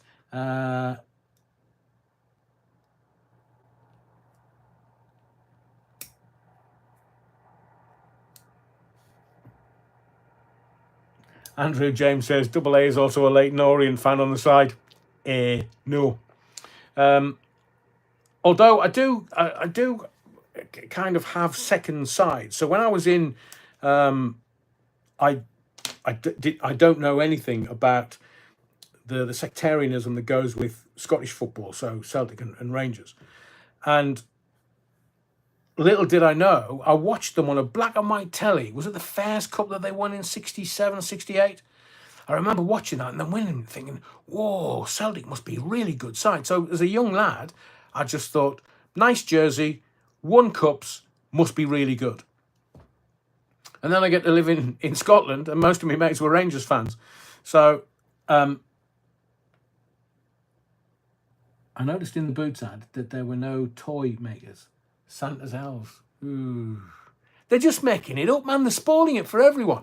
There's no tradition. There's no heritage. There's no being able to say, well, to your kids when they're young, yeah, we've got Father Christmas or Santa Claus, and this is what mummy or daddy used to do for their Christmases when they were young. It's the magic of Christmas. But now they're all gaslighting us. They're all woke.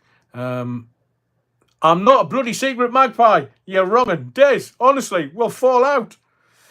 No. Although I did work for BBC Newcastle, which was just around the corner from Sid James Park. And it was painful driving past there. Honestly, I used to have to avert my gaze and just get out of Newcastle as quick as I could. But I'm joking, of course. But it is football, serious stuff. Anyway, to get back to Snatch of the Day. So I've no idea, but I know this. This publicity is harming the BBC's heritage. Whether it be Doctor Who and Woman, because the main audience for Doctor Who was the young white male. And they're trying to get it into, or like typical sci-fi, they're trying to get women on board, they're trying to, get the woke on board, and they've gone with a black actor. And when people vote with their feet, they may take a long time to think about it. But the minute she didn't absolutely killed it stone dead for me, when they got a woman as Doctor Who, I was just like, oh, right, see you later, lads. I've never watched a single episode again. But I'm not their target audience. But I know that the young males are away with it. So you go like Football Focus. I've never watched Football Focus since they had a female front the programme. Never. And I love me footy. It like oozes through my core. Love my footy, especially the English game on all levels. But as I was going to say, a friend of mine went to this seemingly, I won't say the club, but they're one of the best female football clubs. And he rang me afterwards and he said, they're supposed to be the best football players. And he said it was awful. It was woeful. Couldn't even pass a bloody ball.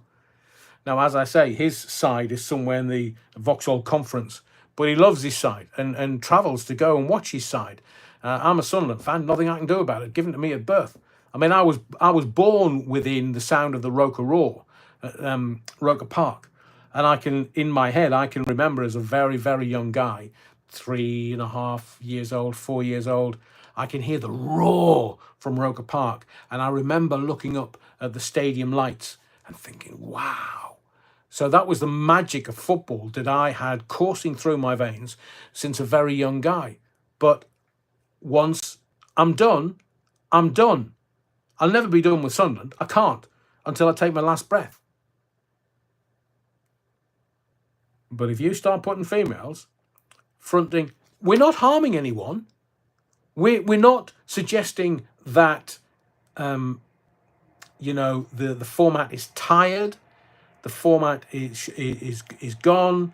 It is the only TV show about football that I will watch now of any kind. Not Football Focus. No, they lost me. They had some great interviews.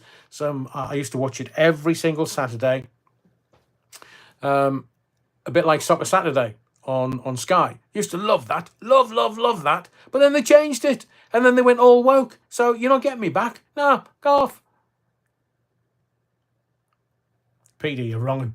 Look, I'm not suggesting Sunderland are a great side, but being a Sunderland supporter is painful. That's why when these idiots, these namby-pamby pinko liberals, muck about with stuff, I don't want anything to do with it. I don't.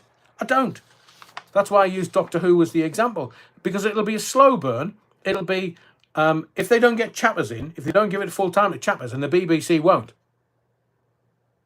They won't, because they want a female doing it. The whole of the BBC is absolutely ruination. Why? Because they want women. Now, in radio, I will tell you this for shit sure, because I've done radio for 40 years. BBC and commercial radio in this country, up and down the country, all the major conurbations. So I know what I'm talking about when I talk about professional commercial radio.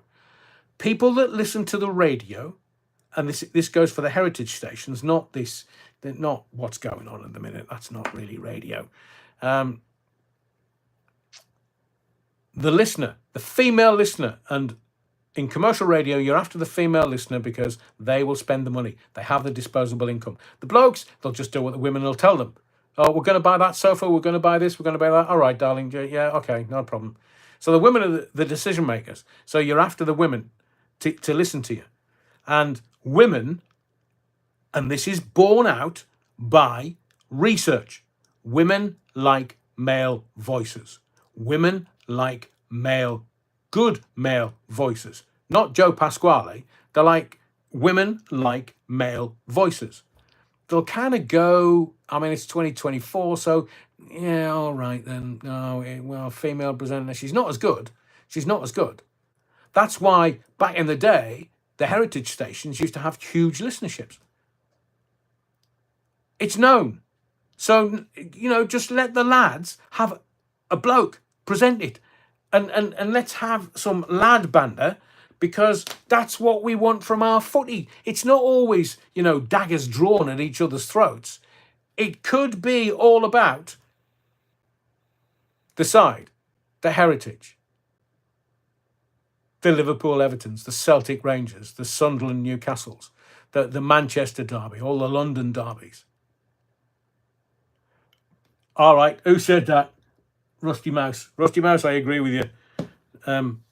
Not Star with a Hammer. So, I think Eddie Izzard should do Match of the Day. Ticks most boxes. There's a couple that he wouldn't. So just remember, Snatch of the Day. The BBC are going to find a way to shoehorn a female in there because they're woke. But do you know what? I'd defund a lot of them. Because it should be the right person for the job, not tick boxes. Those that tick boxes, they should be fired on the spot. Talent should always rise to the top. Are you aware of this story around Wicked? You know, the stage musical thing. Somebody asked me recently, "What do you like going to musicals?" Well, no, not really. They're a bit gay for me. I'm from the northeast of England. Musicals, unless they're good. Of course, I saw Mrs. Doubtfire, which was just bloody fabulous. And the last stage show that I saw was the Lehman Brothers, which was just superb. Nearly walked out after the first act because it was a bit dry. But then when you see the whole thing and you reflect on it, you realise how superb it was. But Wicked. So seemingly, there's like this box of a Wicked doll or something, and it's got a link to some corn site.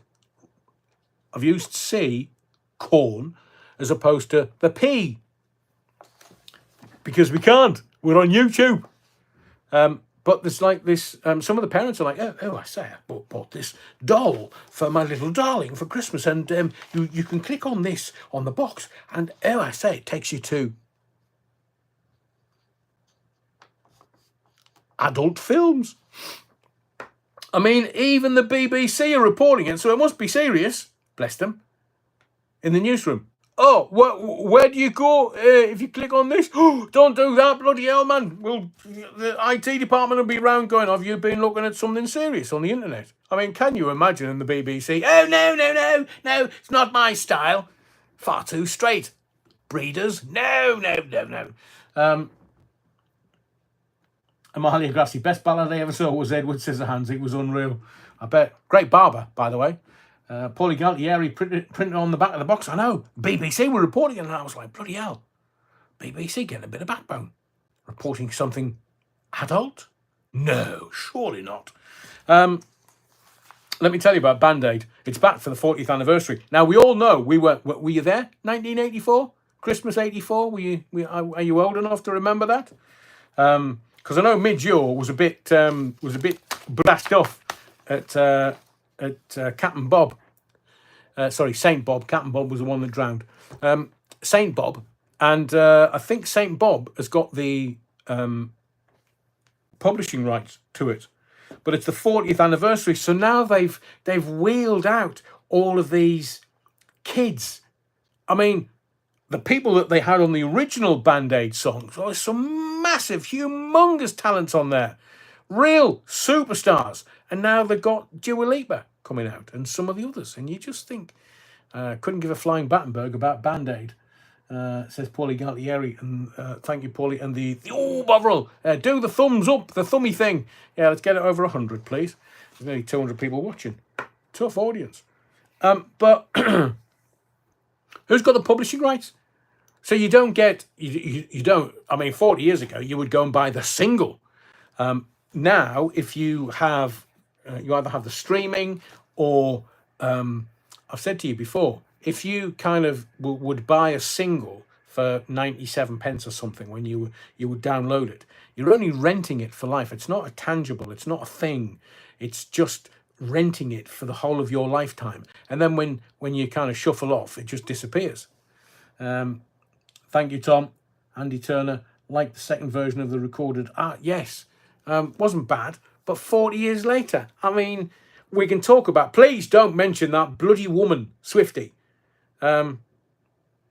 She killed off her Camel Toe Harris's political career, bless her. But I will say this. Now, you can call me a cynical old tart if you want, but I will ask you this question. Where did the money go? There was like 50, 60 million, and then they had the second one that raised more money. Where did the money go? Is it a bit grubby to ask about the money?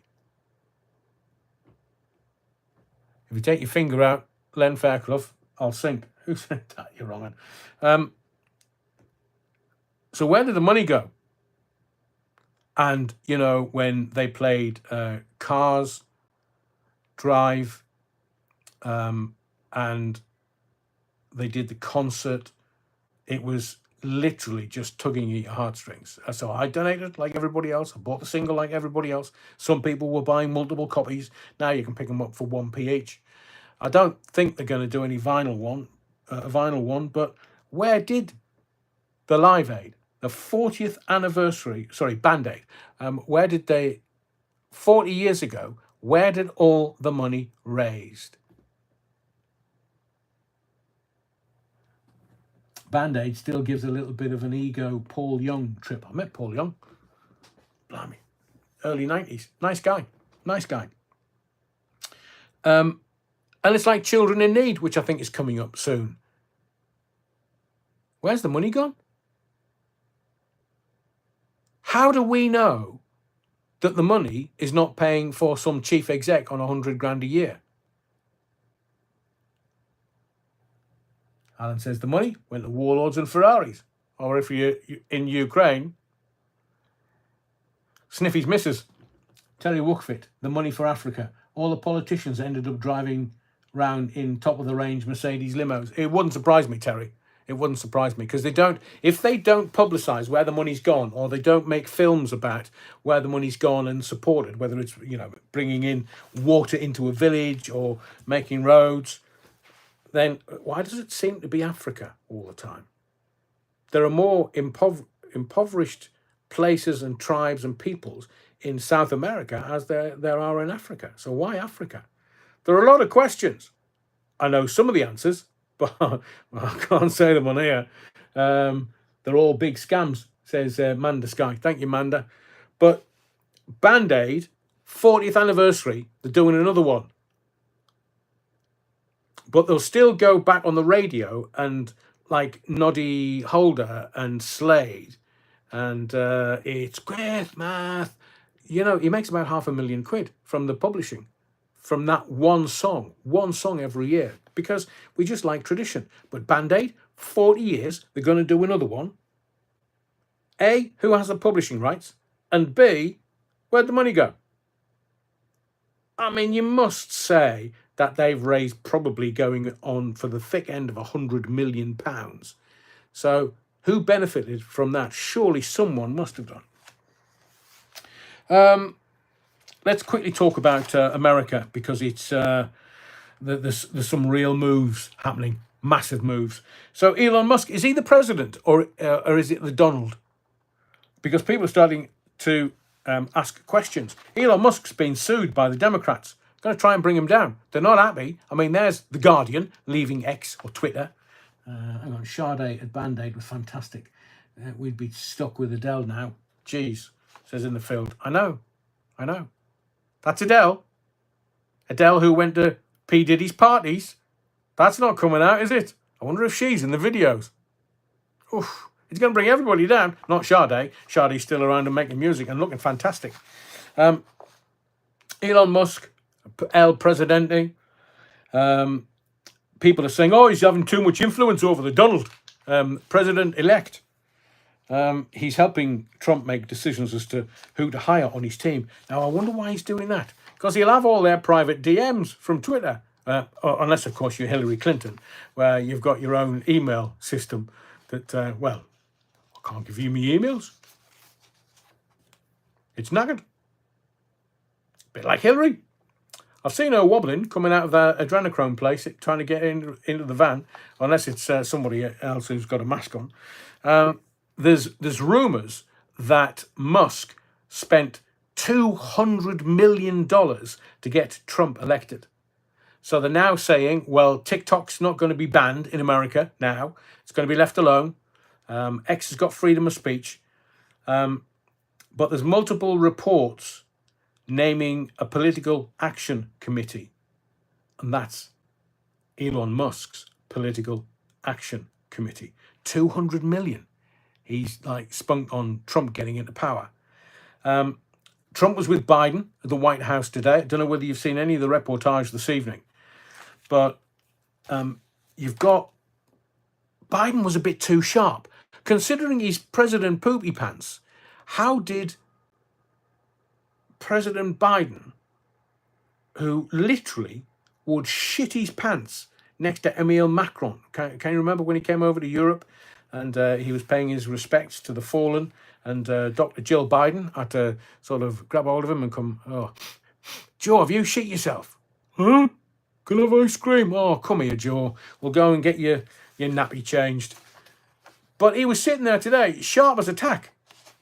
So how does that work? Is it because he didn't know what to do around Camel Toe? Whether she was going to, the coup that Obama and Camel Toe got him sidelined. I mean, she wasn't, no one decided other than Obama and her that she was going to take over. And then she lost. So, as I've said to you before, the word I had was that Joe and Jill Biden voted for Trump. Joe, did you just fart and give a salute again? Brilliant, Stuart. So Trump met with Biden today. And the one thing that I've told you many times, I am a cynical old tart. I see things and I go, oh, okay, get that, understand that, 40 years in the media, understand that, I know what you're up to. You're utter wrong-uns. That's them, not you, obviously, the Americans. And the Donald was very respectful of President Poopy Pants. And it was a mutual appreciation society for a few seconds. And you had them being okay with each other. I mean, Biden knows, 6 weeks, he's gone-ish. Christmas, couple of weeks. But afterwards, you had all of the press corps, the American press corps, literally just shouting at the two most powerful men in the Western world. And I thought, surely that press conference should have been managed by the current sitting president and his communications team. But they didn't. Why would they do that? They didn't answer any questions. Didn't have to. Because they were just shouting above each other. Now,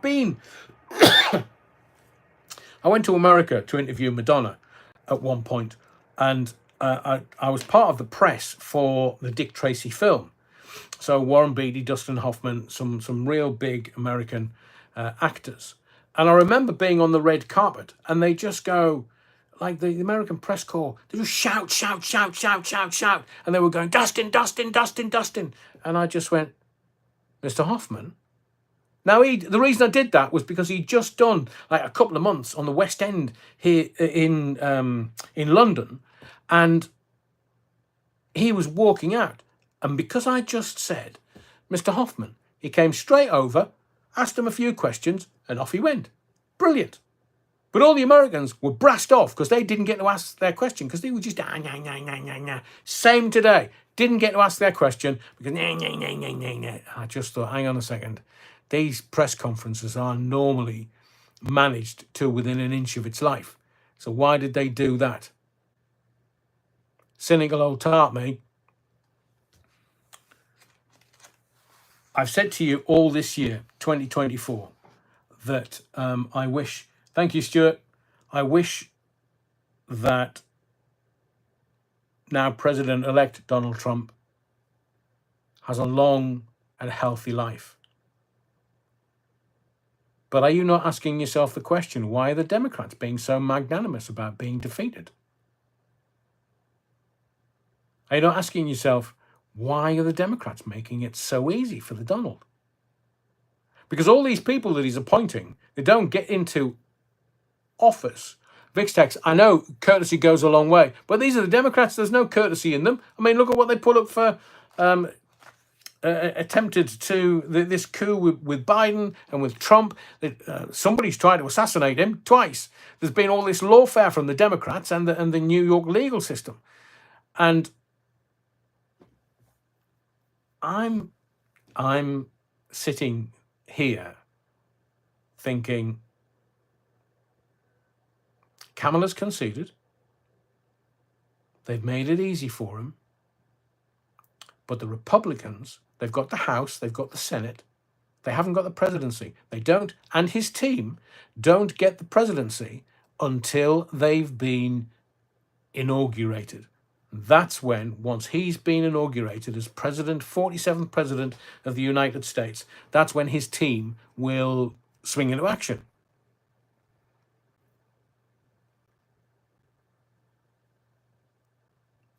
But if the Donald doesn't make it to the inauguration, they're not going to allow Biden to stay as president. You know who's going to be, don't you? Camel toe. Until they hold another presidential election, which they'll steal. Like 2020. Still asking, somewhere between 10 and 20 million votes have disappeared from 2020 to 2024. And there's questions being asked and nobody can work out who's done what and why. Ray Norton pushing Harris in. Is that a euphemism? She went to Diddy parties. Kakala, Amalia, brilliant. So, watch out for Donald Trump having a heart attack. That's what I'm saying. I don't want it to be so. I do hope, and I do hope. Have you noticed all of his videos are not brightly lit? They're not lit properly. He makes statements to the camera, and I hope he's in a bunker somewhere. when nobody can get at him. I know he's at the White House today seeing Joe Biden, but he needs to stay out of the limelight, away from everything, and wrap him up in cotton wool and get him to the 20th of January and get him inaugurated. Because once he's inaugurated, then his VP, Vance, would be able to step up. It would keep the Democrats out. The Democrats are evil, as are, in my view, and it's just my view, left-wing politicians. They're on the grift, man. On the grift. Des Ashton says martial law incoming. Might be in January, but I think they'll let us get out of the Christmas out of the way. We'll be distracted by that. We're only, are we 6 weeks away, if that, to Christmas? Maybe 5. And then we get through the new year and we're 3 weeks away from inauguration. Once he gets his team together, I hope that he just stays at Mar-a-Lago and plays. But this weaponry they've got can induce heart attacks. And if the military-industrial complex thinks that he is going to affect their bottom line and how much money they're going to make, look, there's going to be no war in Ukraine. There's going to be no war in Israel. There's going to be no wars around the world because Trump's going to say, enough. He's already got Putin on side. He's already got Sniffy on side. But it's how they rebuild Ukraine, and obviously how many Bugattis Sniffy's allowed to buy for his missus. He's still coming out saying, can we have some more money? Can we have some more money?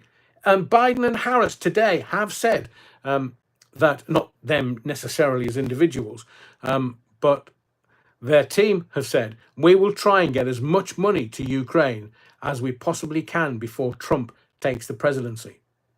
It's corrupt. What? Just negotiate peace. Just negotiate peace. I saw in one of the papers, I think it was the back of the Sun or the Mail, that either Boeing or BAE have made a shit ton of money in profit. Of course they will, because there's wars going on. That's how they make profit. So, yeah. I'm crackling now, says Terry. I'm not quite sure what this is. Well, I'm very near the end, said the bishop to the actress. So if the war in Ukraine is over, will the biolabs in Ukraine be shut down? Biden and Harris have said they will send every dollar possible to Ukraine before Trump's presidency begins. Elon and Vivek Ramaswamy want to prosecute Anthony Fauci. Bill Gates is being prosecuted in Holland. Accountability is coming for crimes against humanity with a Charlie 19 pandemic. It's all coming. They're all catching hell, whether it be 24 for Diddy or 25 for the political classes in America. But not in this country, obvs.